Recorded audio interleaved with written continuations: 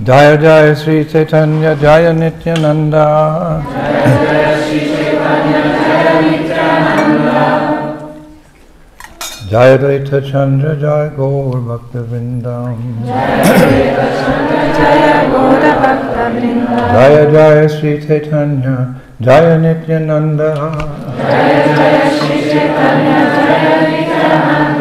Jaya Advaita Chandra Jaya Gaur Bhakta Vrindam. Jaya Jaya Sri Chaitanya Jaya Nityananda. Jaya Jaya Sri Chaitanya Jaya Nityananda. Jaya Jaya Sri Chaitanya Jaya Nityananda. Jaya Jaya Sri Chaitanya Jaya Nityananda. Jaya Advaita Chandra Jaya Gaur Bhakta Vrindam. Jaya Advaita Chandra Jaya Gaur Bhakta Vrindam. Bhagyantimirandasya Gnangadashalakaya Chakshamitam Jena Tasmai Siddhi. Sri Chaitanya Manobhishtam Stapitam Jena Bhutale Swayam Bhagadamayam Dadanti Svadantikam. Jai Shri Krishna Chaitanya Prabhu Nityananda Sri Advaita Gadadhar Srivasari Gaur Bhakta Vrindam. Hare Krishna Krishna Krishna Hare Hare Hare Rama Hare. Good morning Vaishnavas and Vaishnavis. Jó reggelt a vaisnaváknak és vaisnaviknak. We feel blessed to be in your association. Nagyon áldottnak érezzük magunkat a társaságotokban. And thank you for this opportunity to all of us relish the journey of Sri Chaitanya Mahaprabhu from Jagannath Puri to our beloved Vrindavan Dham. És hálásak vagyunk a lehetőségért, hogy megízlelhetjük az Úr Chaitanya utazását Jagannath Puriból a szeretett Vrindavan Dhamunkba. Not only the voyage, but actually the climax is when Chaitanya Mahaprabhu enters into Vrindavan. És nem akarom lelőni, de ma lesz az, amikor belép az Úr Chaitanya Vrindavanba. Where we learn about Vrindavan from the Brajabasis. Ahol tanulunk Vrindavanról a Brajabasiktól. If you really want to understand Braj, you have to associate with the Brajabasis. Hogyha igazán meg akarjuk érteni Vraját, akkor a Brajabasikkal kell társulnunk. And I've kind of made that a policy when I spend 6 months a year in Vrindavan. I like to go out to the villages and meet the farmers and the ladies cooking in their homes and the boys playing in the fields and associate. Because even today they have that, they're just naturally Krishna conscious. És évente 6 hónapot töltök Vrindavanban, és akkor kimegyek a földekre találkozni a farmerekkel, a hölgyekkel, akik főznek, és a kisfiúkkal, akik játszanak, és még ma is megvan az a hangulatuk. And if you get hungry, you just have to go to, one of the little wooden doors, the homes there, and Maya, Kana, I'm hungry. And they invite you in, and they build the fire, and they cook the rotis, and the sabji, and the achar, and you just, it's wonderful. But you can only go to 4 houses, because that's the tradition. Our Goswamis, they do madhukari. Madhukari means that the sadhu, he goes to 4 houses every day, and whatever he gets, that's his prasad for the day. És hogyha megéhezik az ember, akkor csak oda kell menni az egyik ilyen kis faajtóhoz, és bekopogni, és akkor mondani, hogy májá, kana, éhes vagyok, és akkor tüzet gyújtanak, és főznek neked szabdzsit, rotit, és mindenféle dolgokat, de csak 4 házba lehet elmenni, mert a Goszvámiknak is ez volt a szokása, hogy egy nap csak 4 házban csináltak madukarit. And in return, reciprocation, because love is reciprocal. You have to do a little kirtan, some bhajan, and some katha. And that's all they want, just some kirtan and katha, then you can go next place. This is Braj.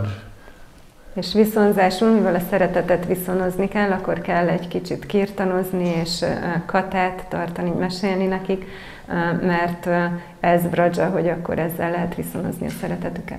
And in almost every home, and there's so many little homes throughout Braj Mandala. Braj Mandala means the greater area of Vrindavan. Almost everyone has Radha Krishna deities or Krishna Balaram deities. És majdnem minden otthonban, Vraja Mandalában, ami Vrajának a nagyobb területe, van Radha Krishna vagy Krishna Balaram Murti. I remember Prabhupada told us one time in a darshan in Vrindavan, he said, in Vrindavan there are more than 7,000 temples. Emlékszem, egyszer Prabhupada azt mondta a darsanon, hogy Vrindavanban több mint 7000 templom van. And I was always confused because we would always go to the 7 main temples, the temples of our Goswamis. And I was wondering, where's the other 6,992 temple? és mindig meg voltam zavarodva, mert mi mindig ugyanabba a 7 fő templomba mentünk, és még egy párba, és akkor mindig gondolkoztam, hogy hol van a többi 6992.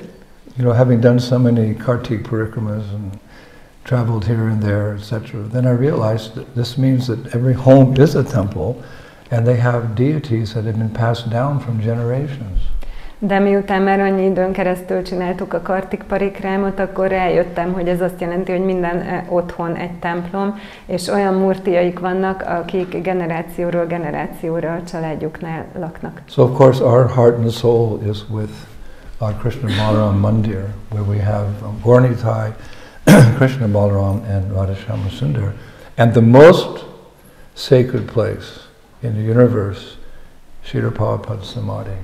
És persze a mi szívünk és lelkünk az a Krishna Balaram Mandirban van, ahol ott van Gaura-Nitai, Krishna Balaram és Radha-Shyama Sundar, és az univerzum legszentebb helye, Srila Prabhupada Samadhija. I've traveled the length and breadth of Bharat, of India, for 52 years, and I've pretty much been everywhere. But my heart is with Prabhupada in Vrindavan at his Samadhi, and every year when by Krishna's grace, I go to Vrindavan. First thing is I go to Prabhupada's Samadhi and I make my report. Srila Prabhupada, this year, I preached here, I preached there, I did this, I wrote that, I did all this service on your behalf. I lay it all at your lotus feet to make my report. Az elmúlt 52 évben keresztbe kasul bejártam Indiát, de amikor megérkezem Vrindávamba, akkor mindig oda megyek Srila Prabhupada Samadhijához, hogy hírt adjak, hogy az elmúlt évben hol prédikáltam, mit csináltam, és ezt mind a lótuszlábai elé helyezzem. Because Prabhupada is the revealer of the Dham. Mert Prabhupada az, aki megnyilvánítja a Dhámot. And he wanted us to come to Vrindavan. És ő akarta, hogy eljöjjünk Vrindávamba. One time, one of my godbrothers, it was in the early years, he came to Vrindavan and he said to Prabhupada, Srila Prabhupada, what should I do here in Vrindavan? Egyszer a korai években az egyik istentestvérem oda ment Prabhupádhoz, amikor odaért Vrindávanba, és megkérdezte tőle, hogy Prabhupád, mit csináljak itt Vrindávanban? Prabhupada said something that became like my mission statement. És Prabhupád mondott valamit, ami azóta az én küldetési nyilatkozatom lett. When you're in Vrindavan, just wander. Amikor Vrindában vagy, akkor csak kószálj. It's another tattoo. Még egy tetoválás. And you meet the Brajbasis. Találkozz a Brijbasikkal. I mentioned that we're doing Govardhan Parikrama not too long ago, and we walked past an old Baba. He must have been in his 90s, and he was singing Vrindavan bhajans, like that are passed down through. They call it oral tradition, from grandfather to father to son, like this, for many centuries. May not even be recorded yet, or written down, but the Brajabasi's hearts, in Braj, how they sing these songs. So I mentioned that we met one Baba. És említett, hogy Govardhan parikrámon voltunk egyszer, és találkoztunk egy idős babával, aki már így a 90-es éveiben lehetett, és vrindávani bhajanokat énekelt, és ezek olyan bhajanok voltak, amiket lehet, hogy még föl sem jegyeztek, hanem így generációról generációra szálltak alá a családjukban, de így teljes szívvel énekeltek. No mridanga, no kol, no kartals. Nem volt semmi ridanga, se kol, se karatal. No harmonium. Nem volt harmónium no sem. No bass guitar. Basszusgitár. No saxophone. Se szaxofon. I hear the kirtan. Hallom a kirtan. Maharaj likes that. Yeah. I also like, but just this Baba's voice. Maharaj nagyon szereti, és én is szeretem, de itt csak ennek a babának a hangját. Elderly, and maybe not hitting every note. Do, re, mi, fa, do, la, no. But I just couldn't. I said, Baba, please, can I walk with you for a while? És idősebb volt, úgyhogy nem volt minden hangjegy teljesen tiszta, mert néha kicsit hamis volt, de annyira szép volt, hogy megkértem, hogy hadd sétáljak vele egy kicsit. And I said, can I record you? Hogy felvehetem? He said, what is this machine? Kérdeztem, mi ez a masina, mi ez a gép? He was of another era. What is this machine? I said, it records you. It does what? Másik korszakból származott, és akkor mondtam, hogy hát fel szeretnélek venni. Mi? So how long did we walk with him? Like an hour? A long time. And he just kept, Yeah. you know, like Madhava Prabhu, our best, one of our best kirtaners, says, sing from the heart. This Baba was singing from the heart. És hát nem emlékszem, hogy mennyi ideig, de órákon keresztül sétálgattunk vele, és ahogy Madhava Prabhu az egyik legjobb kirtanijánk, ő is így a szívéből énekelt, és So I promised you that I would play a little bit of his kirtan. Megígértem, I can hogy leave the kirtans here if you want. We can record them. But this is just to give you an idea. megígértem, hogy itt lejátszok belőle egy kicsit, hogy így értsétek, hogy ez milyen volt. So this bhajan is about life in Vrindavan. Ez a vrindávani életről szól, ez a bhajan. Don't cry. Ne sírjatok. And the first line of the bhajan is saying that I only want to live by Govardhan, and even if I get Vaikuntha, I don't want to go there. I want no other place but Goloka. Az első sor azt mondja, hogy én... Jai Govardhan Vamsivara ki! Jai Govardhan ki! Tehát csak Govardhannál akarok élni, és még hogyha Vaikuntára el is juthatok, akkor sem akarok elmenni oda, csak Vrindávanban le akarok lenni.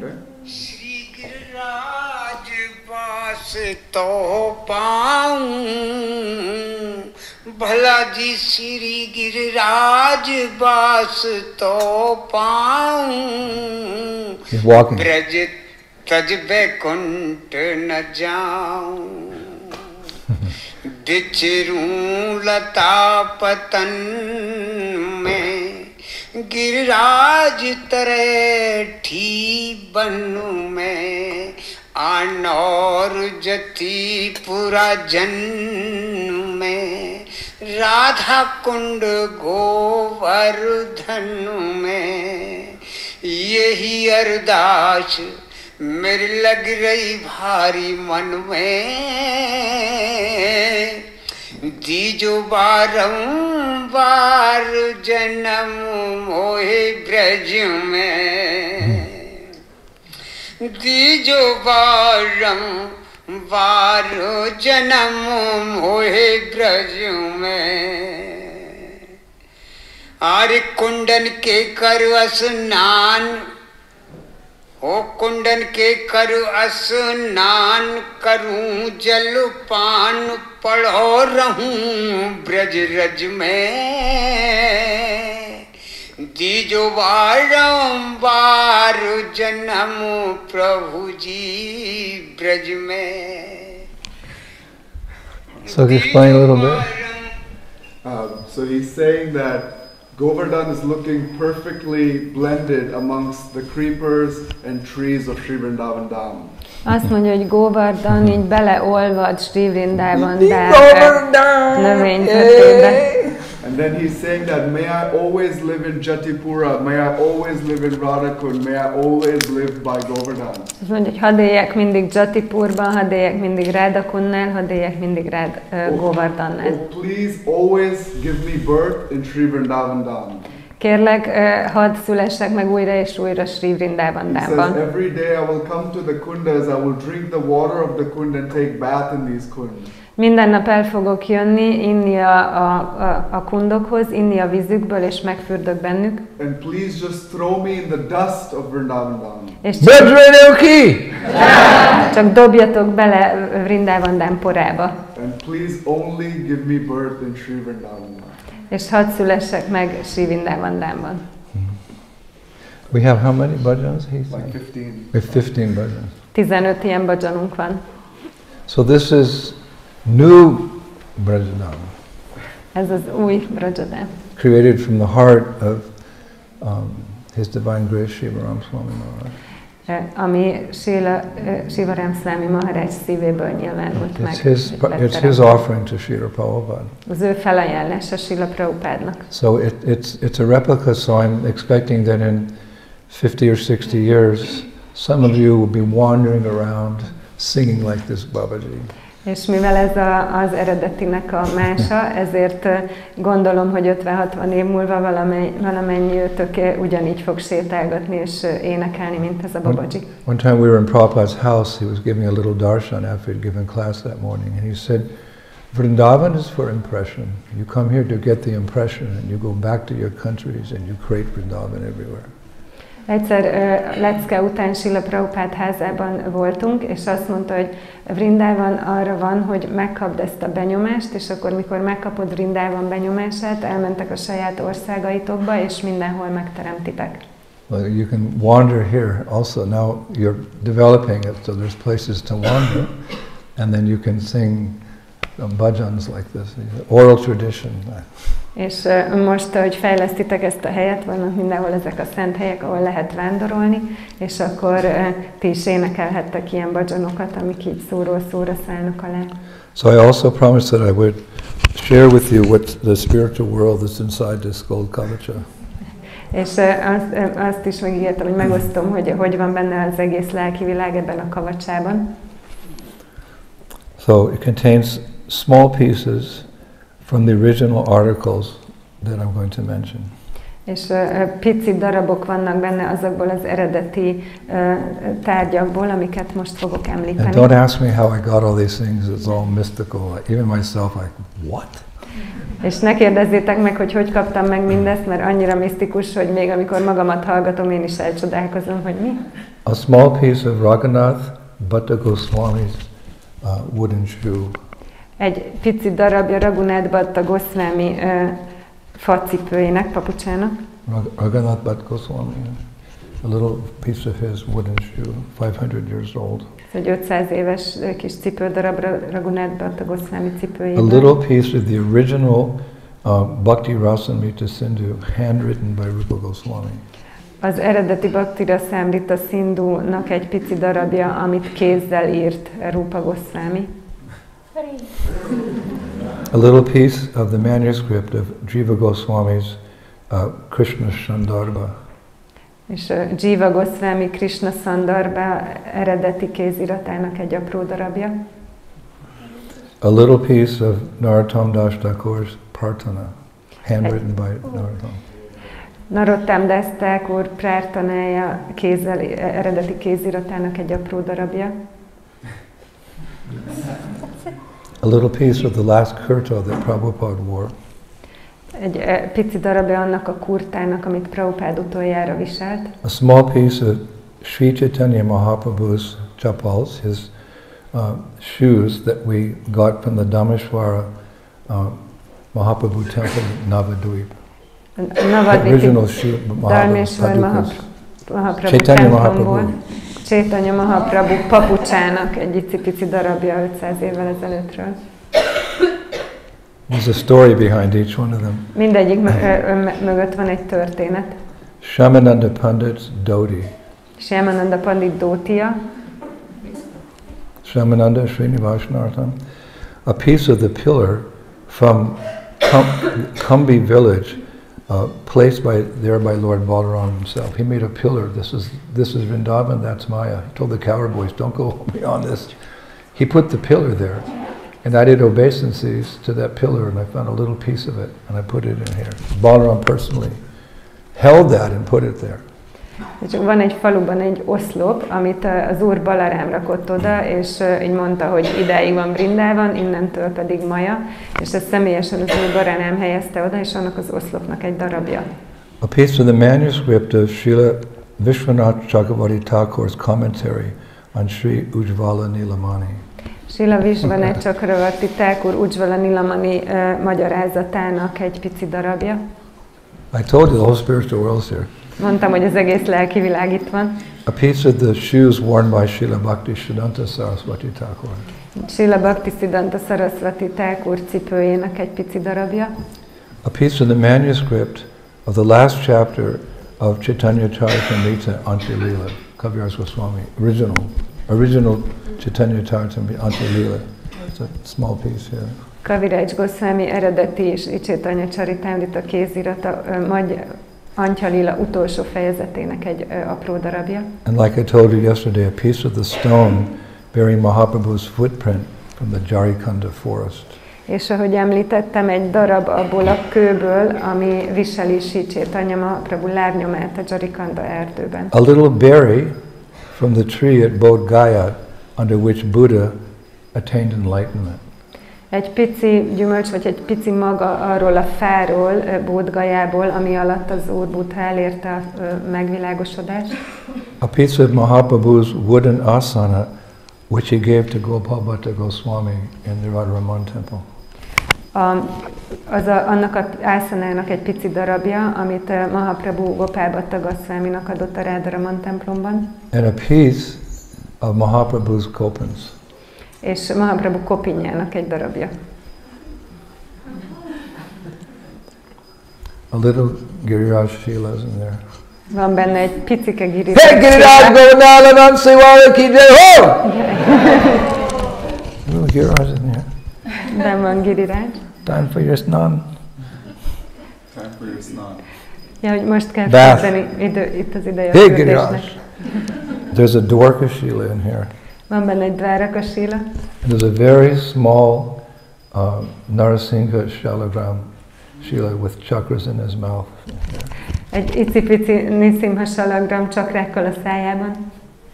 And there's several granules of original musk. Original musk comes from the navel of a musk deer. He produces these little white granules which attract the females during mating season. And I can still smell it through this gold kavacha. I can smell the musk. It's so powerful. Eredeti pézsma, ami ennek a pézsma őznek a köldökéből jön, amikor párzási időszak van, hogy vonzzák a nőstényeket, és ennek nagyon-nagyon erős illata van, még mindig lehet egy kicsit érezni. Hare Krishna. And this is a necklace of Shalagram Shilas. Very old, from one sadhu in Nepal. These are each little Shalagram Shilas, real, encased in gold. So I keep the Lord very close to my heart all times. I need it.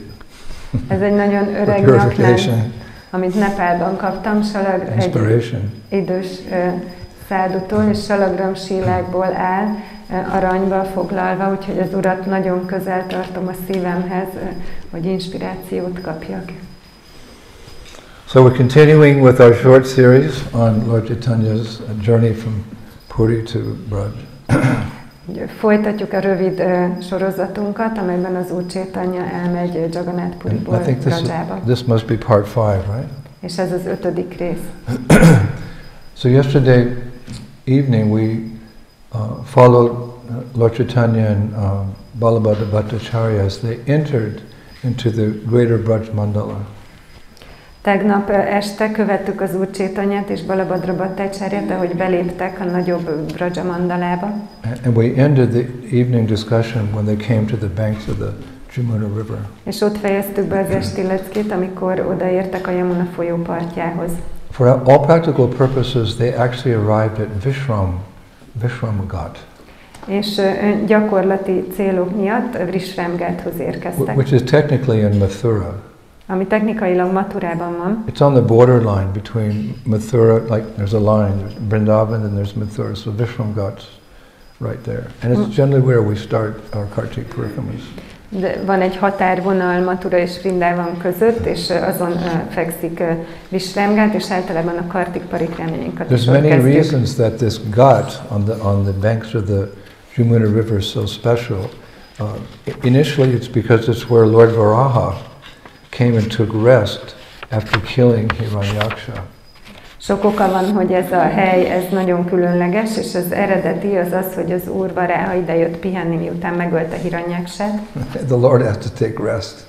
Mint hogyha az Úrnak pihennie kéne. His rest is not like our rest. Our rest is so many nonsense dreams, but his rest is yoga nidra. Persze az ő pihenése egész más, mint a miénk, amikor így mindenfélét álmodunk, az ő pihenése az yoga nidra. Just like the pure devotee, he doesn't sleep like we sleep. He's in yoga nidra. There's divine dreams, but the dreams are reality. Mint egy tiszta bakta sem igazán alszik, hanem jóga nidrában van, és álmodik, de az álmai az valóságok. One time Prabhupada said, he woke up, he said, I had a dream. I went to the planet where Mohammedans go after they die. Egyszer Prabhupada felébredt, és azt mondta, hogy volt egy álmom, és azt álmodtam, hogy elmentem arra a bolygóra, ahova Mohamed ment, miután meghalt. Of course, Prabhupada's dreams are most likely álma. all about Radha and Krishna, Krishna Balaram, Vrindavan. Persze Prabhupádnak az álmai azok mind Ráda Krishnáról, Krishna Balarámról és Vrindavanról szólnak. So, just like Lord Nrsingadev, after killing Hiranyakashipu, he was on his way back to Vaikuntha. So as he was flying over the Earth planet, he saw Navadvip, and he said, "Oh, in Kali Yuga, I'm going to appear in Navadvip. So let me go check it out." So he came down, and the demigods made a lake for him, and Nrsinga bathed in the lake. And then he went back to Vaikuntha. És ugyanúgy, mint ahogy az Úr Nrsimhadev miután megölte Hiranyakasiput és úton volt Vaikuntára, amikor így Navadvip fölött repült, akkor eszébe jutott, hogy jó, a Kali Jugában itt fogok megjelenni, és akkor a félistenek készítettek neki egy tavat, és gondolta, hogy hát akkor hadd nézzem meg Navadvipet, és akkor ott leszállt és megfürdött ebben a tóban. He took a little rest, a little snap. Prabhupada called a nap. He said, "I'm going to take a snap." And Shrutakirti said, "Prabhupada, it's a nap." "No, it's snap." és akkor ott pihent egy kicsit, és akkor ez a pihenés az angolul nap, de Prabhupada snapnek hívta, és akkor Shrutakirtinek mondta, hogy snappelni fogok, de Shrutakirti mondta, hogy az nap. Nem mondta Prabhupada, nem, a snap. The Bible says, man is created in the image of God. És a Bhagavatam azt mondja, hogy Maja az Isten formájára lett teremtve. Have you read the Bible? No. A Biblia, tehát hogy az ember Isten formájára All lett right, read Bhagavad Gita. That's it. Olvastátok a Bibliát? Nem baj, olvastátok a Bhagavad Gitát. But you know, the Lord, He has His pastimes. His sleep is not like our sleep. He's the yoga nidra. So sometimes He takes rest. Szóval az Úrnak megvannak a kettelései, és az alvása az yoga nidra, de hát akkor néha pihen. So after Lord Varaha killed Hiranyaksha, he came to Vishramghat in Vrindavan and he rested for a while. Szóval miután az Úr Varaha megölte Hiranyaksát, eljött Vrindavanba, Vishramghathoz, és ott pihent egy kicsit. It's also where Krishna rested after killing Kamsa. És ez ugyanaz a hely, ahol Krishna pihent, miután megölte Kamsát. In the arena, they had the fight, the big fight, and then Krishna killed Kamsa. He's tired, so he came to Vishramghat and took bath in the Jamuna. Az arénában Krishna megölte Kamsát, és elfáradt, és akkor elment és pihent Vishramghatnál. Actually, after killing Kamsa, Krishna dragged his body throughout the town of Mathura, just to assure the inhabitants of Mathura that the evil king was dead. Igazából miután Krishna megölte Kamsát, a holttestét így végigrángatta Mathurán, hogy láthassák Mathura lakói, hogy a szörnyű király tényleg meghalt, és ezt ilyen szörnyű raszának hívják. Nrsingadev is also ghastly rasa. Nrsingadev raszája is ugyanez. So, I'm a Nrsinga Bhakta. You're in ghastly rasa? I'm in Madhurya rasa. Ha mondja valaki, hogy én Nrsimha Bhakta vagyok, akkor te ilyen szörnyű raszában vagy, és én inkább Madhurya raszában vagyok. So in your mind's eye you can see Krishna's dragging the body. It's quite ghastly, isn't it? Through the streets of Mathura, just so the inhabitants, Santushti. Now I can be peaceful. The evil tyrant is dead. The wicked witch of the north is dead. Remember? Szóval a lelki szemeink előtt láthatjuk, ahogy Krishna végig ráncigálja a Kamsa holttestét Mathurán, és hát ez elég förtelmes, ilyen szörnyű, de akkor megnyugodhatunk, hogy a szörnyű démon meghalt, ugyanúgy, mint ahogy mondják, hogy az éjszak gonosz boszorkányai meghaltak. And the acharyas say that the moment that Krishna killed Kamsa, Nanda Maharaj, he sent a message throughout Vrindavan with what? The good news. És mondják, hogy abban a pillanatban, amikor Kamsa meghalt, Nanda Maharaj egész Vrindávonba egy üzenetet küldött a jó hírrel. And hearing this, the Brajabasis rejoiced with Sankirtan so intense it could be heard from miles around. Our kirtan, 50 meters, 100 meters, hundreds of miles away, they could hear the Brajabasis singing in glorification of Krishna. Amikor ezt hallották, akkor a Vrajavászik olyan nagy kirtant tartottak, hogy több mérföldnyire el lehetett hallani. Mi kirtanunkat 50-100 méterre lehet hallani, de az övék az nagyon messzire elhallatszott. I read something really interesting recently. Hallottam valami nagyon érdekeset mostanában. It's described that Kamsa had dedicated himself to killing Krishna.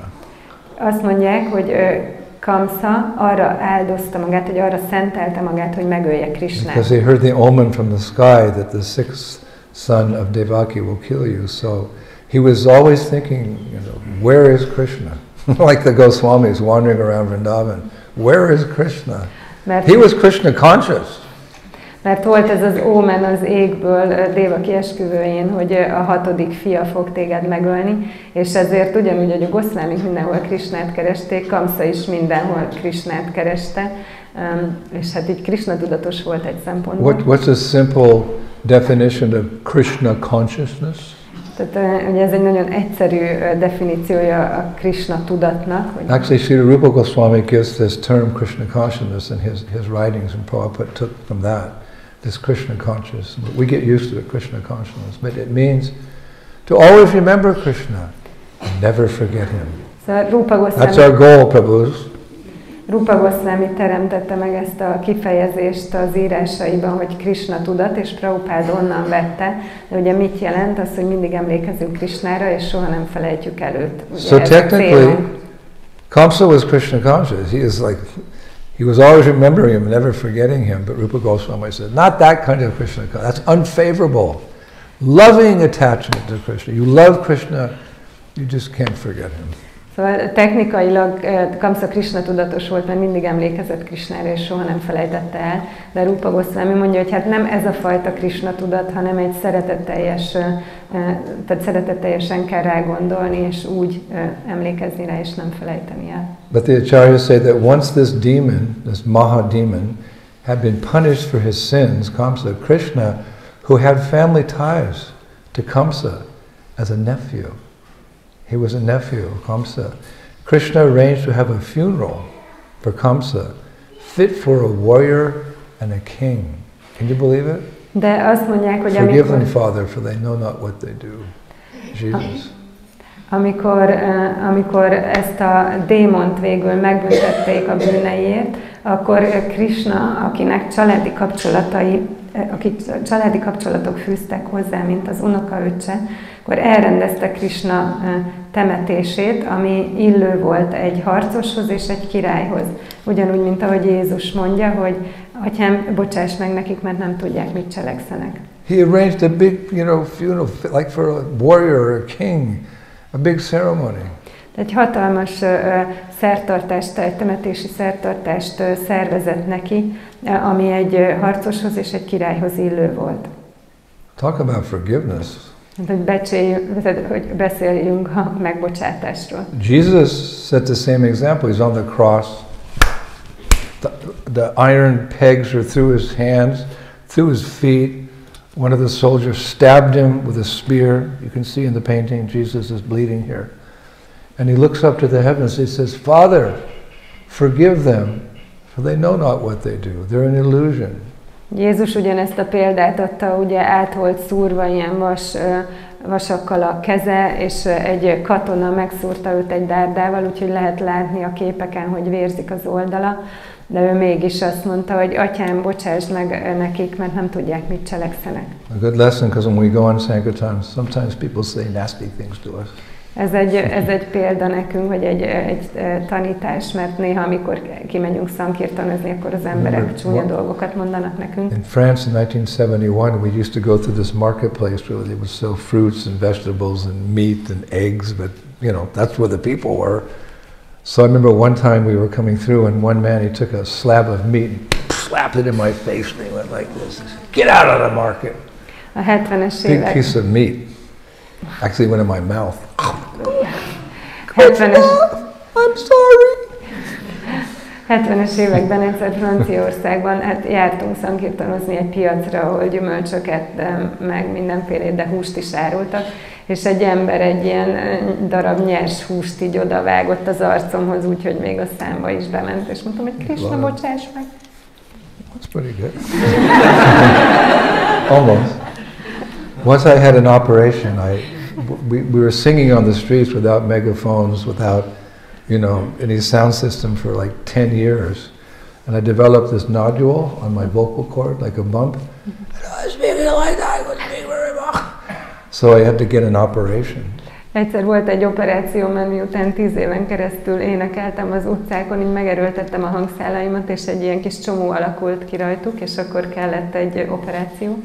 The ENT specialist, he said, son, I was like 19, he said, I've never seen a nodule that big. Are you an opera singer? És akkor, amikor bementem a műtőbe, akkor mondták, hogy fiam, hát 19 éves voltam akkor, fiam, mondtam, hogy én még soha nem láttam ekkorát ebből a csomóból, hogy operaénekes vagy. So, you know, those of you operations, you know, you get in the gown and they wheel you into the theater, and then they put the needle in there, and they put the anesthesia in, and you're out in a minute.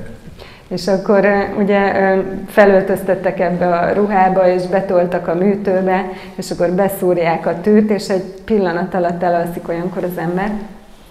So I went out, and then, but the anesthesiast made a little mistake. He didn't give me enough anesthesia to stay asleep for the whole operation. És akkor elaludtam, de az altató orvos elkövetett egy hibát, és nem adott be elég gyógyszert, hogy az egész műtét alatt alva maradjak. So in the middle of the operation, the doctor's I wake up, and you know you're confused, right? You're under the effects. So I saw this guy with a mask with a knife, like coming at me. És a műtét közepén fölébredtem, és hát ugye teljesen megvan ilyenkor az ember zavarodva, és akkor láttam ezt a fickót egy maszkkal és egy késsel, ahogy így közeledik felém. He's got a mask on, his eyes are, and he's got a knife. Volt rajta egy maszk, ilyen nagyok voltak a szemei, és volt nála egy kés. So I went. Behúztam neki egyet. My father always said I had a good right. Az apám mindig mondta, hogy nagyon jó a jobb horgom. Sometimes at school you got into scraps, right? My father said, like that! Néha az Do it again, do it bunyóban, again, do it again. So the doctor got boom! néha az iskolában bunyóba keveredik az ember, és az akkor az apám mindig mondta, hogy így hogy csináljam, és akkor And the az orvos kapott anesthesiast, belőle egyet. the anesthesia. And I went out for 3 hours. The operation was 20 minutes. És akkor az altató orvos benyomott egy akkora adag. Put him to sleep! Rascal boy! Akkor adag gyógyszert, hogy 3 órára így kiütött, de csak 20 percig tartott a műtét, mert egy kis gazfickó. So I was in my, the room, the hospital room, and I woke up just as the doctor came to check on me. És akkor benn voltam a kórteremben, és pont akkor ébredtem föl, mikor bejött az orvos, hogy rám nézzen. Oh, my eyes, the doctor's got this big stick here on his nose, big bandages going around his, his head, there's blood here. Kinyitottam a szemem, és az orvosnak így sínbe volt az orra, egy ilyen bot volt így az orrán, így rákötözve ilyen nagy kötelekkel, és egy vér folyt az arcán. And the nurse, she was screaming at me, American, you Americano boy, you broke his nose in 3 places. And I didn't remember. I broke his nose. Yeah, you! Bejött a nővér, és így Bejött a nővér, és így ordítozott velem, hogy te amerikai gyerek, eltörtett 3 helyen az orrát, és akkor... So the doctor, he said, no, don't speak like that. He said, he did not know what he was doing. He was under the effects of the anesthesia. He can't be held accountable for what he did. Please forgive him. nem is emlékeztem rá, és akkor az orvos megmondta, hogy ne bánj vele így, hát nem az altató hatása alatt volt, nem tudta, hogy mit csinált, meg kell neki bocsájtani. So when I heard that, I thought about that for a few days because, you know, when people attack us or speak bad about us, you know, even write bad articles, they're under the influence of the material energy. És erről jó pár napig gondolkodtam, mert amikor az emberek rosszat mondanak rólunk, vagy akár rossz cikkeket írnak rólunk, akkor ők az anyagi energia hatása alatt állnak. Ultimately, everyone's a devotee. És hát mindenki egy bakta. Krishna says in the Gita, he's the seed-giving father of all created beings. Krishna azt mondja a Gítában, hogy ő minden élőlény magot adó atya. And Prabhupada speaks on an album, we were all originally Krishna conscious. És Prabhupád beszél egy albumon, hogy mi eredetileg mindannyian Krishna tudatosak voltunk. And George Harrison said famously, everyone's a devotee of Krishna, some know it and some don't. Mindenki Krishnának a baktája, csak van, akik tudják, van, akik pedig nem. So I learned a lesson from that because, you know, I was back on Sankirtan, a week or two later. And, you know, in France in those days, it was pretty difficult. So, you know, when we would get abused, I would just think, oh, no, just like I was an illusion, I did something. The people are under the influence of material energy, so they'll try to hurt us, but we have to forgive them because they know not what they do. És akkor, This is tolerance. Egy-két hét múlva már visszamentem szankirtanozni, de Franciaországban akkoriban ugye nagyon nehéz volt a szankirtan, és hát megtanultam a leckét, mert ebből azt tanultam meg, hogy bármit úgy csinálnak az emberek, meg kell nekik bocsájtanunk, mert az anyagi energia hatása alatt állnak. So Krishna, Kamsa just wanted to kill Krishna, but when Krishna killed him, he forgave him. He had a funeral, like a nice funeral.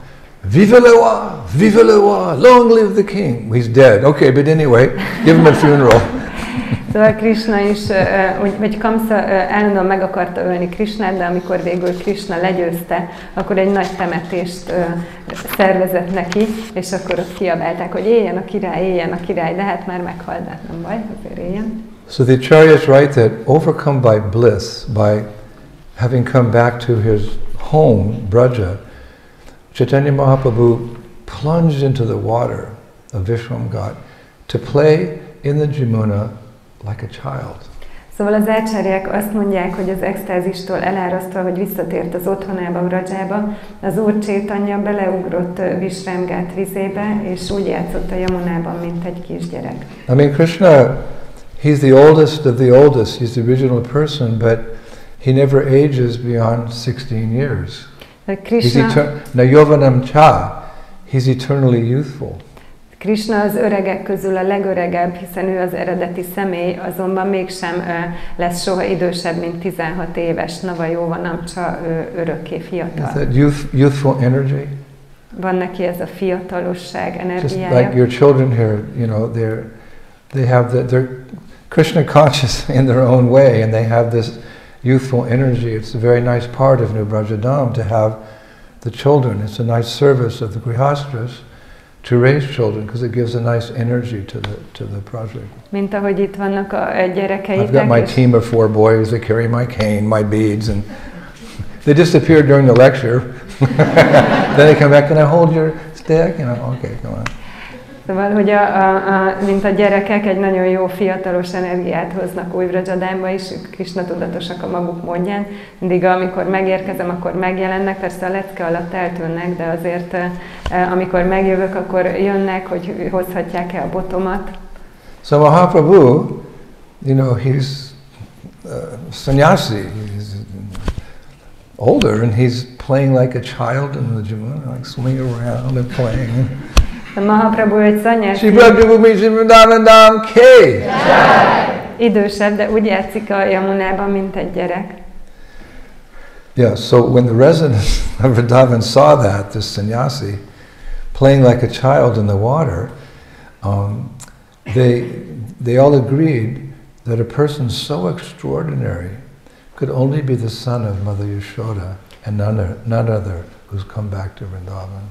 És amikor Vrindában lakói látták, hogy ott van ez a szanyászi, aki úgy játszik, mint egy gyerek, akkor egyetértettek, hogy ez egy nagyon különleges személy, aki nem lehet más, mint Jasoda mama fia, és senki más. So if you haven't been to Vishramghat, next time you go, you should go. Szóval, ha még This nem is where voltatok... pilgrimage usually start. Ha még nem voltatok Visramghatnál, akkor ha legközelebb mentek, menjetek el mindenképp, mert általában itt kezdődik a parikrám. If only because it's said in Shastra that if one sees Vishramghat at sunrise, when the Lord's splendor is especially visible there, one attains liberation. And if one offers sesame and water to his ancestors there, those fortunate souls immediately rise to Vaikuntha. Ha más nem, akkor azért, mert azt mondják, hogy ha valaki napfelkeltekor látja Visramghatot, amikor az Úr ragyogása különösen látható ott, akkor eléri a felszabadulást, és hogyha szezámot és vizet ajánl ott a ősatyáinak, akkor azok a szerencsés lelkek Vaikuntára emelkednek. And our beloved Srila Rupa Goswami Prabhupada, he adds his deep insight into Vishramghat. És a szeretett Rupa Goswami Prabhupádunk hozzá teszi a mély megértését Visramghattal kapcsolatban. It's in his Mathura Mahatmya, it's verse 228. Mathura Mahatmya című versében, a 228-as versben. Ato visranti tirka yam tirtam amho vinashanam samsara maru sanchara klesha visranti damdanyam. It's like music, right? To the ears. Olyan, mint a zene a fülnek. The tirtha named Vishranti Tirtha or Vishramghat A Visranti Tirtha, vagy Visramghat nevű tirta destroys all sins. minden bűnt elpusztít. It is the eternal resting place for those conditioned souls Ez azoknak a feltételekhez kötött lelkeknek az örök nyugvóhelye, who are painfully traveling in the desert of material existence. Wow. akik fájdalmakkal telve utaznak az anyagi létezés sivatagában. Have any of you painfully traveled through the desert of material existence? Van köztetek, akik fájdalmakkal telve utazik az anyagi lét sivatagában? Okay, go to Vishramghat. Menjetek Visramghathoz. And our acharyas say that in visiting Vishramghat, at the beginning of his Vrindavan Parikrama, Mahaprabhu taught the example that Vrindavan Parikrama should start at this bathing ghat. És az ácsárják azt is mondják, hogy azzal, hogy Mahaprabhu a parikrámja kezdetén meglátogatta Visramghatot, azt a példát mutatta, hogy a Vrajamandala parikrámot a Yamuna, tehát a Visramghati fürdőhelynél kell kezdeni. Now, after coming out from his Jal Keli, Keli means playful, Jal means water. So Jal Keli, I gave that name to one of my disciples. What's your name? He said, what is my name here? It means playing in the water. What, Gurudev? Playing in the water? Yeah, but that's a lot of Krishna's pastimes are water pastimes. Either in boats or in playing or, Jal Keli. So then he was satisfied. Tehát amikor kijött a You name me after water? Tehát kijött a vízből, ebből a Jal Keliből, ami azt jelenti, hogy a vízben játszani. Egyik tanítványomnak ezt a nevemet adtam, hogy Jal Keli, és amikor kérdezte, hogy mit jelent, akkor mondtam, hogy hát a vízben játszani. És nem értette, hogy vízről neveztem el. És akkor... Don't you ever doubt the water of Vrindavan. De ezek vízikettelések, akár hajóban, akár úszva, de soha nem szabad kétségbe vonni Vrindavan vizeinek erejét. I said Radha Kund is liquid prema, liquid love. Azt mondják, hogy a Radha Kund az folyékony préma, folyékony szeretet. It's not water, it's liquid love. Ez nem víz, hanem folyékony szeretet. And Shyama Kund is liquid love. És a Shyama Kund az folyékony szeretet. If you bathe in Radha Kund, you get the same love that Radha has for Krishna. Hogyha megfürdesz a Radha Kundban, ugyanazt a szeretetet kapod meg, ami Radha érez Krishna iránt. And if you bathe in Shyama Kund, you get the same love Shyam has for Radha. És ha megfürdesz a Siámakundban, akkor azt a szeretetet kapod meg, amit Siám érez Ráda iránt. Technically, when we say we're going to Radhakund, right? But we're also going to Shyamakund. Szóval mi mindig azt mondjuk, hogy Rádakundhoz megyünk, de technikailag Siámakundhoz is megyünk. And the sadhus, they bathe in Radhakund, then they go to Shyamakund. There's that little crossing there. Then they come back into Radhakund, they go back and forth. Radhe Shyam, Shri Vrindavan Dham.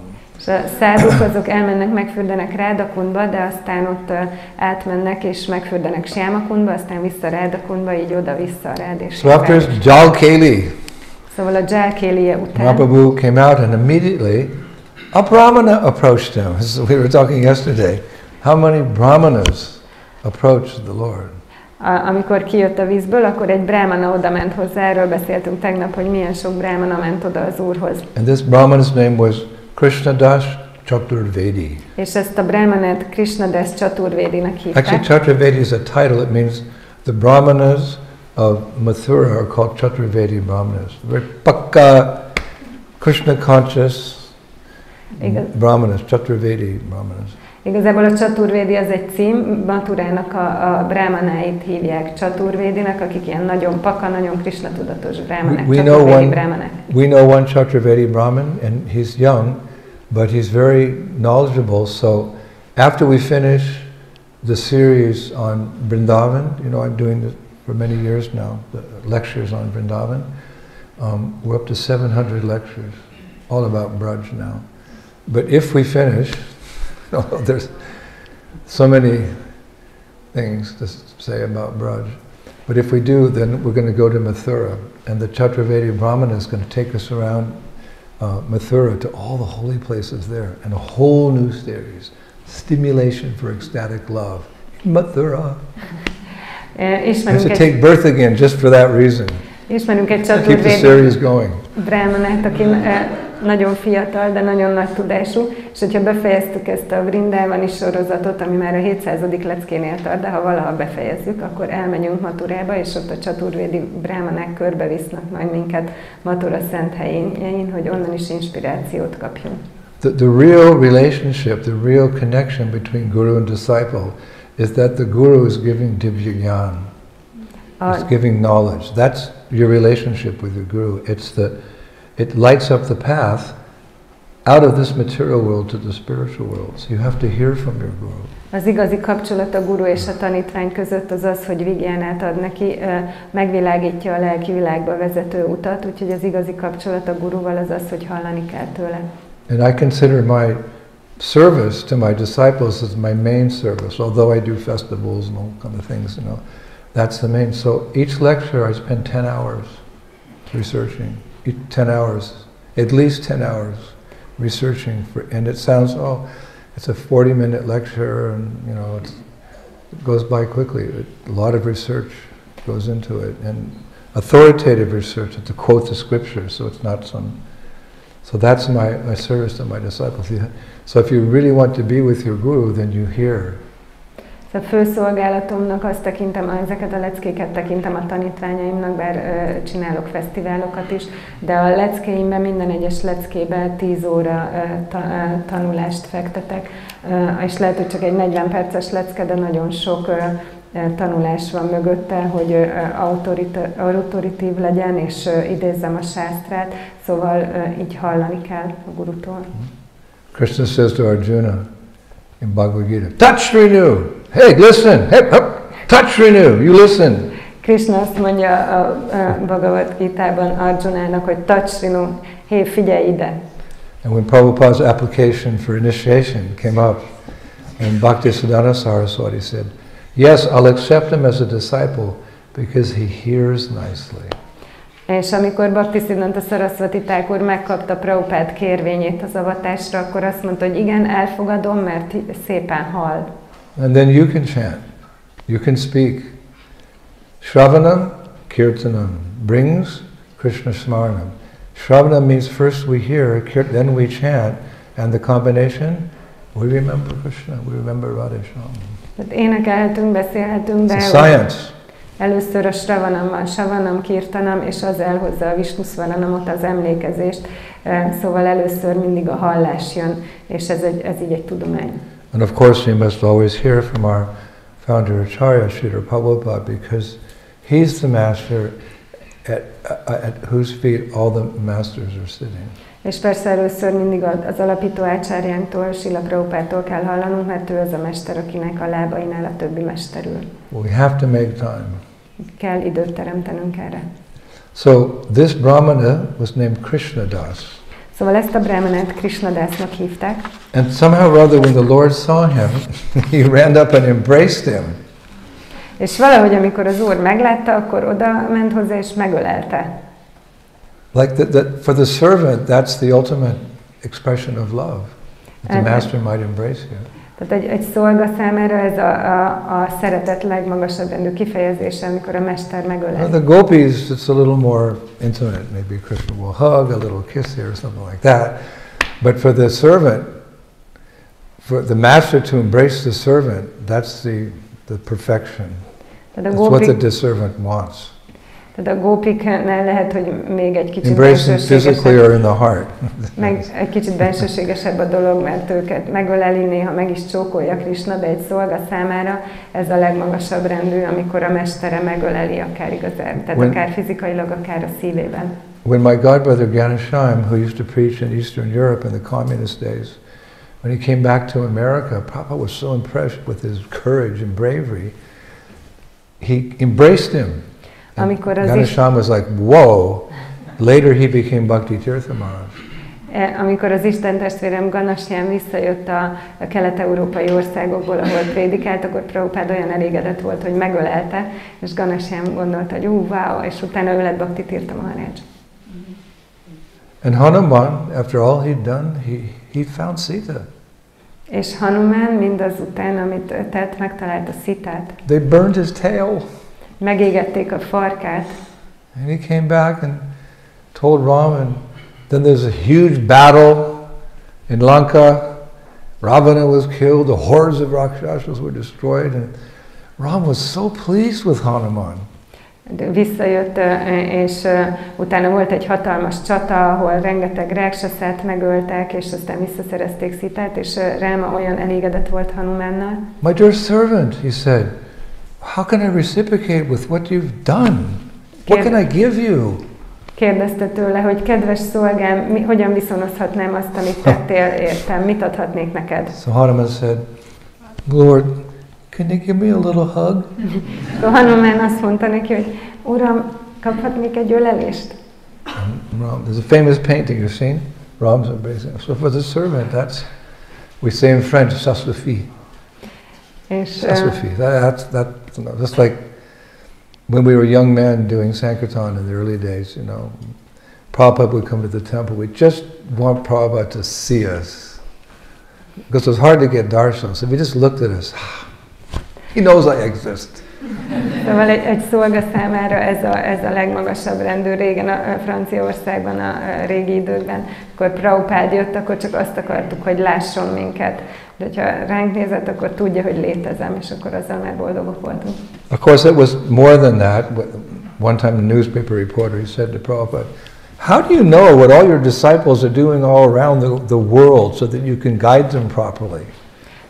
Persze ennél többről van szó, egyszer egy újságíró megkérdezte Prabhupádot, hogy honnan tudod, hogy mit csinálnak a tanítványaid világszerte, hogy megfelelően tud őket nekik utat mutatni. 5000 tanítványa volt. 5,000 disciples. So he said, how do you know what they're doing? So Prabhupada said, Krishna tells me. Kérdezte, hogy 5000 tanítványat, honnan tudod, mit csinálnak? Prabhupád megmondta, hogy Krishna megmondja nekem. Don't doubt it. Krishna consciousness is mystical. Ne vonjátok kétségbe, a Krishna tudat misztikus. It's beyond the modes of nature. It's Shuddha Sattva. It's pure goodness. So these things are going on. We don't know how. Like baby doesn't know how it's getting nourishment in the womb of the mother, but it's happening. And one day the baby will grow up and have a very personal relationship with her mother. So it is with us and Krishna. Some things are, how do we understand? We have to accept. Természet kötőerőin, ugyanúgy, mint ahogy egy embriót táplálja az anya a méhében, és nem tudja, hogy ez hogy történik, de mégis történik, és amikor felnő, akkor meg egy személyes kapcsolata lesz az édesanyjával, szóval nem értjük, de történik. So Krishnadas is like, wow, Mahaprabhu was embracing me. So then Mahaprabhu gave him some service. És akkor Krishna azt gondolta, hogy wow, Mahaprabhu megölelt engem, és aztán Mahaprabhu adott neki szolgálatot. Like a boy loves a girl says, if you love me, come on, prove it, do something, buy me a diamond ring or something. Mint egy fiú szeret egy lányt, akkor a lány azt mondja, hogy jó van, hát akkor bizonyítsd be, hogy akkor csinálj értem valamit, vegyél nekem egy gyémántgyűrűt, vagy valami ilyen. Love means service. We show our love through service to Krishna. Szóval a szeretet az szolgálatot jelent. Krishnának a szeretetünket szolgálat által mutatjuk. If we don't have any service that day, that hour, that moment, then we do the supreme service. We call out Krishna's holy name, begging for service. Hare Krishna, Hare Krishna, Krishna Krishna, Hare Hare, Hare Rama. Hogyha azon a napon, vagy abban az órában, vagy pillanatban épp nincs szolgálatunk, akkor a legmagasabb rendű szolgálatot végezzük, és szólítjuk az Úr neveit, és úgy könyörgünk szolgálatért. It's all about you, it's not about me. Ez rólad szól, nem rólam. That's bhakti. Ez a bhakti. It's all about you, Prabhupada. It's not about me. Just give me some service to assist you in your mission. Ez rólad szól, Prabhupada. I, me, and mine, that's the materialist. It's not about me, it's all about you. I give you my life, use me as your servant. Nem rólam, csak adj nekem valami szolgálatot. Ugye az anyagi tudat az én és az enyémről szól, de egy tanítvány úgy gondolkozik, hogy odaadtam az életem, kérlek, hogy szolgálatot. So Mahaprabhu said in his ear, Krishnadas, take me to all the Kailash Dalas. That's a beautiful name for a girl, right? Kailash Dala. Kailash Dala means the places of the playful, loving pastimes of the divine couple. Wow, if I was a girl, I'd like that name. És akkor Mahaprabhu a fülébe súgta, hogy vigyél el az összes Kailash-tálára, ez egy nagyon szép név lenne egy kislánynak. És akkor mondta neki, hogy vigyél el Vrindában összes, tehát a ketteléseknek, a játékos ketteléseknek az összes helyszínére. He whispered, take me to all the Kailash Dalas, the places of the playful loving pastimes of the divine couple. Not the ghastly ones in Mathura dragging the body, but Jalkali. Take me to the Jalkali, the boating pastimes, Govardhan Hill, Manashi Ganga. Take me there with you. I shall be running behind you shouting, Krishna, Krishna, Krishna. Játékos szerető ketteléseinek a helyszíneire, ne ezekre a szörnyűekre Mathurában, ahol így a holttestet rángatja Krishna, hanem ezekre, ahol csónakáznak, ahol a Govardhan hegyhez, és ahol kiabáljuk, hogy Krishna, Krishna, Krishna. And he was Chaturvedi, Brahmana, he's learned, so he said to Mahaprabhu, Krishna's always moving here and there in different forests throughout Vrindavan, so we have a lot to see. És ő egy Chaturvedi, egy nagyon tudós brahmana volt, úgyhogy azt mondta Mahaprabhunak, hogy Krishna mindig ide-oda sétál Vrindavan különféle erdején keresztül, szóval sok mindent kell megnéznünk. And he said, one of those places we'll go to see is Govardhan Hill, and as he said that, Mahaprabhu fainted in ecstasy. Yankinidas Govardhan Laran Siwala Ki Jai Ho! Shri Brajabhumi Vrindavan Dham K! Shri Radha Samsundar K! New Brajadam Ki! És akkor az egyik hely, amit meg fogunk nézni, az Govardhan hegy lesz, mondta a brahmana, és akkor az Úr Chaitanya elvesztette az eszméletét. So they made an arrangement they would go the next morning. Szóval elrendezték, hogy következő nap oda menjenek. So anticipating that there was going to be some Krishna conscious, some devotional, some nectar, Mahaprabhu took rest early. És akkor mivel arra várta, hogy azt várta, hogy Krishna tudatos dolgok fognak történni, lelki felemelő dolgok, ezért Mahaprabhu korán pihenni ment. If you go to bed early, you can get up early. Hogyha korán fekszel le, akkor korán tudsz fölkelni. Early to bed, early to rise makes one healthy, wealthy and wise. I don't know about wealthy, but wise. Korai fekvés és korai kelés az egészségessé, gazdaggá és bölcsé teszi az embert. Hát nem tudom, hogy gazdaggá, de bölcsé biztos. So Mahaprabhu got up early with his planned intention to visit the 12 forests of Vrindavan. Szóval Mahaprabhu korán felkelt azzal a szándékkal, hogy megnézze Vrindavan 12 erdejét. And all the sub-forests of Vrindavan. És akkor az összes alerdőt. And all the sub-sub-forests of Vrindavan. És az al-alerdőt. And all the sub-sub-sub-forests of Vrindavan. Az al-al-alerdőket. And all the sub-sub-sub-sub-sub. Az al-al-al-al. There's a lot to see in Braj. Sok mindent kell megnézni. Shiva Maharaj in New Bhajan Mahima, his book, there's 60 billion holy places. Shiva Maharaj a Navavraja Mahima könyvében írja, hogy 60 milliárd szent hely van. So as Mahaprabhu started walking, the forest cows saw him. Forest cows. The cows who live wild. Like I was recently in Kazakhstan, and they're famous. They have herds of hundreds of wild horses roaming about in the northern areas through the forest. I saw them. Szóval elkezdtek sétálni, és ott voltak ilyen erdei tehenek, olyan tehenek, akik vadon élnek, mint most nemrég voltam Kazaksztánban, és ott ilyen több száz fős ménesek vannak az északi régióban, lovak. We were traveling to the northeast of Kazakhstan. Kazaksztán észak-keleti részén voltunk. We had a secret program we were going to. Volt ott egy titkos program, ahova mentünk. And everywhere there were these wild horses. We had to stop. As they, hundreds would cross the road. I was looking at them. They are so beautiful. És mindig meg kellett állnunk, hogy ezek a vadlovak így átkeltek több százan az úton, és mindig néztem, hogy hú, de gyönyörűek. One devotee said to Prabhupada, horses, I think, he said, cows, I think they're the most beautiful animal. Prabhupada said, no, the horse is the most beautiful animal. The cow is the most beneficial. But horses are beautiful. Prabhupada said. Egyszer egy bakta azt mondta Prabhupádnak, hogy szerinte a tehenek a leggyönyörűbb állatok, de Prabhupád mondta, hogy nem, hát a lovak a leggyönyörűbbek, a tehenek a leghasznosabbak, de a lovak a leggyönyörűbbek, ezt Prabhupád mondta. A century ago there was no cars, people had horses. Of course, anyway, that's a whole other story, but horses, Prabhupada said, they're the most beautiful animal. Do you have horses here? No. Egy évszázaddal ezelőtt ugye nem voltak még autók, és az emberek lovakkal jártak, és Prabhupád azt mondta, hogy ezek a legszebbek. When I was young, from the age 13 to 17, my father would send me to a ranch in Wyoming, where the tourists would come, and I was in charge of 30 or 40 horses. I got trained how to take care of, how to brush them, how to feed them, call the veterinarian when they need medicine, how to change the hoofs. They have those horseshoes. I can do that. 13 éves. That's not going to get me back to Godhead, but it's interesting. 13 éves koromtól 18 éves koromig az apám elküldött Wyomingban egy farmra, ahol 30-40 lóra felügyeltem, és meg kellett tanulnom gondozni őket, kefélni őket, etetni, meg tudtam, mikor kell állatorvost hívni, még a patkót is le tudom rajtuk cserélni.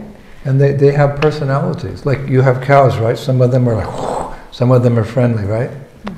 Nekik is van különféle személyiségük, mint a tehenek közül is vannak, akik mérgesek, és vannak, akik barátságosak. Some of those horses, I'd sleep with them at night in their stalls. Voltak közöttük olyanok, akikkel együtt aludtam este a They'd make this noise, the wind in my face. Fújt a szél az arcomra, meglélegeztek. And then one day the horse I thought really liked me. He changed his mind. És akkor egyszer volt egy ló, aki szeretett engem, és így meggondolta magát, vagy nem szeretett.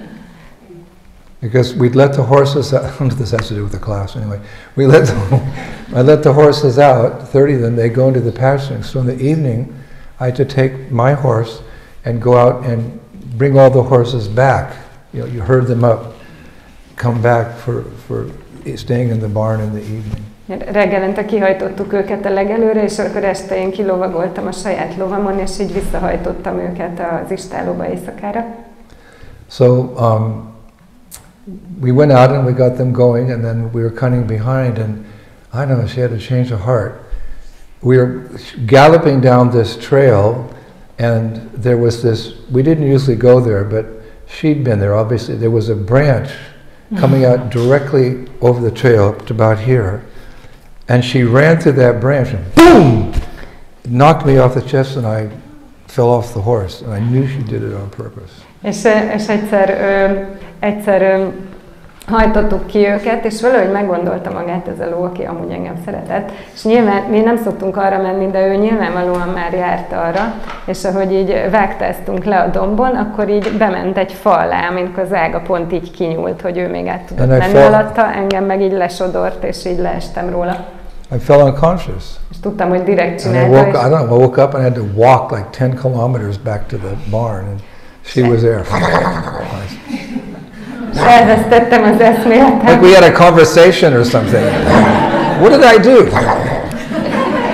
Elvesztettem az eszméletem, utána meg amikor felébredtem, akkor 10 kilométert kellett visszagyalogolnom, és amikor visszaértem, hát akkor így elbeszélgettünk. Mit csináltam, ő meg csak ott mérgelődött. So I asked the name rancher, he said, hey, there's something like that sometimes. You just got to change horses. So I changed horses. Akkor megkérdeztem, hogy most ez mi volt, és mondtak, hogy hát ez ilyen néha így váltani, lovat kell váltani, úgyhogy akkor lovat váltottam. But they're very beautiful animals, especially the stallions from the Middle East. They're very regal. So Prabhupada said that they're the most beautiful, but the cow is the most useful. And Krishna loves cows. He doesn't go to the forest with horses. He goes with cows. So back to cows now. I don't know what that had to do with the class, but anyway. Nagyon gyönyörű állatok, főleg a közel-keletről a mének, és Prabhupád is azt mondta, hogy ők a leggyönyörűbbek, de Krishna a teheneket szerette. Úgyhogy most visszatérünk a tehenekhez, nem tudom, mi köze volt ennek a leckéhez. Mahaprabhu saw the forest cows, so I remember the forest horses of Kazakhstan. But I hope when I leave this body, I remember the cows, not the horses. Szóval ugye Mahaprabhu látta az erdei teheneket, és akkor ebből én asszociáltam a vadlovakra Kazaksztánban, de remélem, hogy amikor elhagyom a testem, akkor majd a tehenekre fogok emlékezni, nem a lovakra. So these forest cows surrounded Mahaprabhu and started licking him. És ezek az erdei tehenek körbevették Mahaprabhut, és elkezdték nyalogatni. You may know that animals are persons, so to speak. So they show their affection by licking. Have you ever had a cat or a dog? They lick you. Szóval az állatok ugye személyek, és a ragaszkodásukat, a szeretetüket azzal fejezik ki, hogy nyalogatnak. Ha volna kutyátok, vagy macskátok, akkor why we don't generally keep cats or dogs in our homes, because that's not clean. Ezért, they'll lick you. Ezért nem nagyon akarunk cows will lick you. Kutyákat és macskákat tartani az otthonban, mert nem tiszták, nyalogatnak. Or down the road from us? Jamuna. Jamuna. She's my favorite cow. Van egy Jamuna nevű. When I go to see her, somebody likes me. A kedvenc tehenem, és amikor oda megyek, mindig nyalogat, és akkor mondom, hogy valaki szeret engem. You get a rash because her tongue is so hoarse. Not horse. Coarse. Oh, coarse, yeah. See, if your guru talks about horses, you start thinking, I better be careful. Olyan durva a nyelve, hogy így kidörzsöli az ember kezét, ahogy nyalogatja. But you tolerate. De elviseled. So they were licking him. És akkor nyalogatta őt, and it's written that when he caressed them, they were unable to leave his association. És amikor ő megsimogatta őket, akkor képtelenek voltak elhagyni a társaságát. In Vrindavan, all creatures, all living entities, including trees and bushes and flowers, they're all enlightened souls. They're all pure devotees of the Lord. They just have these different services as a cow, as a tree, as a bush, to facilitate overall the madhurya ras of the gopis with Krishna. Vrindávamban minden élőlény az Úr tiszta baktája, még a futó növények, meg a fák is, és csak azért veszik fel különféle növények és állatok formáját, hogy lehetővé tegyék a madhurya raszát, az Úr ketteléseit. Isn't that wonderful? Ez nem csodálatos?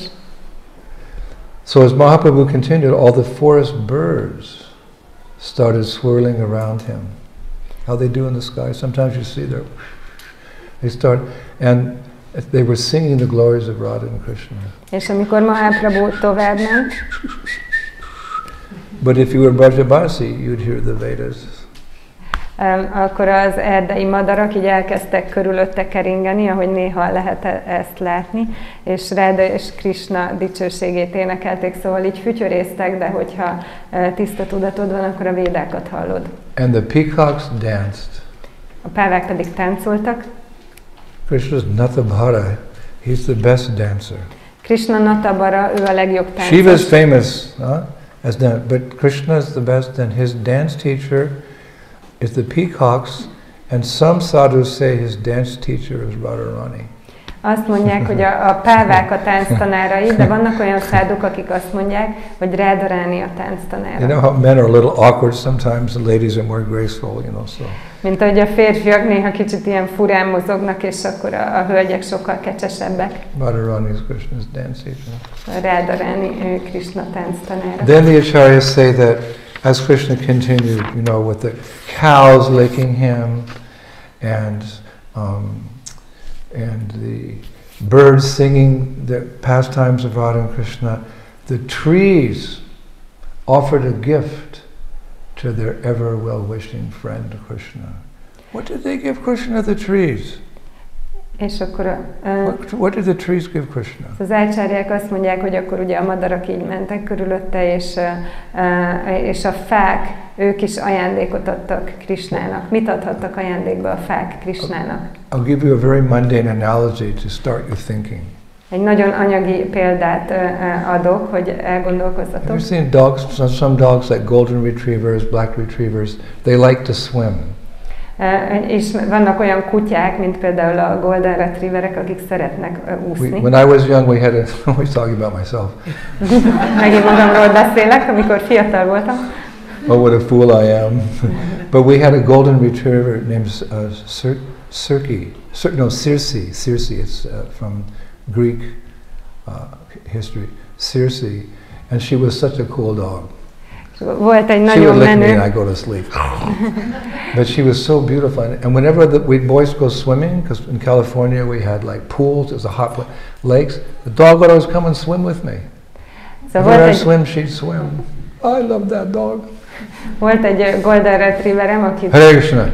talán Cicerónak hívtak, valószínűleg Cicer, és akkor ő nagyon jó fej volt, és nyalogatott, amikor elaludtam. So when she'd come out of the water, you know how they do that, the dogs? Szóval amikor They kijött a shake. vízből, mindig így megrázta And they magát, shake the water away. lerázta magáról a vizet. So when Krishna was walking through the forest, the trees, they would shake. And all the flowers would come down on Krishna and Balaram. És amikor Krishna sétált az erdőben, akkor a fák is megrázták magukat, és a virágok lehullottak Krishnára és Balarámra. Don't remember my dog Circe.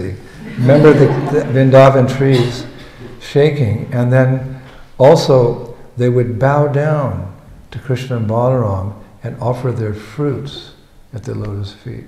And they were simply happy. They didn't want to be cowherd boys, cowherd girls. They wanted to be trees and wait for those moments that Krishna would walk through the Vrindavan forest. Szóval nem, Thank you. ne a kutyámra emlékezzetek, hanem Vrindában fáira, akik lerázták magukról a virágokat, és így le is borultak, így lehajtották az ágaikat Krishna előtt, és így ő meg megköszönte nekik. So one acharya writes that throughout this parikama, Lord Chaitanya displayed a flood of happiness that drenched all who came in contact with him. És egy ácsárja azt írja, hogy az Úr Chaitanya a boldogság áradatát fejezte ki, és ez elárasztott mindenkit, aki kapcsolatba került vele. And I think we'll finish there, És most abba fogjuk itt hagyni, because I see some sleepy eyes. mert látok néhány álmos szemet. Sleepy eyes. And we'll finish with I had a class of 40 pages. I only got to page 10. Egy 40 oldalas a lecke, és csak a 10. oldalig jutottam el. So I'm going to take the final verse out. So Ki fogom hard, venni az utolsó verset. hard to do this. It's a verse by Sri Dhyanachandra Goswami. Ez Gyána Chandra Goswaminak egy verse. It's from his Gora Govinda Charana Shmarna Padati, text 49. Ez a 49-es So vers. yummy. Góra Govinda Charana Smarana Paddatiból. I worship the golden-hued Sri Chaitanya. Én az aranyárnyalatú sícsétanyát imádom, whose beautiful hair has been bound with a string of pearls. akinek csodálatos haját egy gyöngysor fogja össze. His moonlight face bears a gentle, sweet smile, Hold arcán lágy, édes mosoly, and his body is anointed with chandan, a guru, and a beautiful cloth. teste csandannal és agurunal van bekenve, és egy csodálatos ruhát visel. He is decorated with a transcendental garland and ornaments of the same nature. Egy transzcendentális füzér díszíti, és ugyanilyen természetű ékszerek. Absorbed in dancing, he is ecstatic from tasting the sweetness of rasa. A táncban elmerülve extatikus a rasa édességének megízlelésétől. He is more brilliant than the god of love and is always being served by his loving devotees. Ragyogóbb, mint a szerelem istene, és mindig szerető baktái szolgálják. So thank you, Prabhu, for this opportunity, and we'll continue this evening from page 10 to page 40. I think I talked too much about Kazakhstan and horses and my dog Cersei. Köszönöm a lehetőséget, Prabhuk, és akkor este folytatjuk a 10. oldaltól. Tehát a 40. oldalig úgy tűnik túl sokat beszélek a vadlovakról és egyébekről. Prabhupada said that analogies, material analogies, help us understand deeper philosophical points, so they're useful sometimes. But please don't remember the horses of Kazakhstan. Remember the Sarabi cows of Vrindavan, please. De Prabhupád azt mondja, hogy az anyagi... Don't ask me to come put horseshoes on the horses next time. I can still do it, but I'd rather az anyagi hasonlat... run barefoot in brush with the cowherd boys and the cows. Anyagi analógiák hasznosak a lelki igazságok megértésében, de kérlek, ne a kazaksztáni vadlovakra emlékezzetek, és ne kérjetek meg, hogy patkoljam a lovakat, mert meg tudom csinálni. Okay, so 6:30. And for those of you who are interested, we're going to have a little initiation. Szóval 6:30-kor lesz a lecke, akiket pedig érdekel, tartunk egy kis avatást. It won't take a long time, I won't give a talk, we just remember what we heard here, but it'd be nice if you could come and support these devotees, because Hari Guru Vaishnava. The secret of Krishna consciousness is to get the association of Hari, Guru and the Vaishnavas. So we need your blessings. Sokáig tartani, csak emlékezni fogunk arra, amit itt hallottunk, de jól lenne, el tudnátok jönni, mert a baktáknak szükségük van a Hari Guru és Vaishnavák kegyére, szüksége van az áldásaitokra. Hare Krishna. Hare Krishna.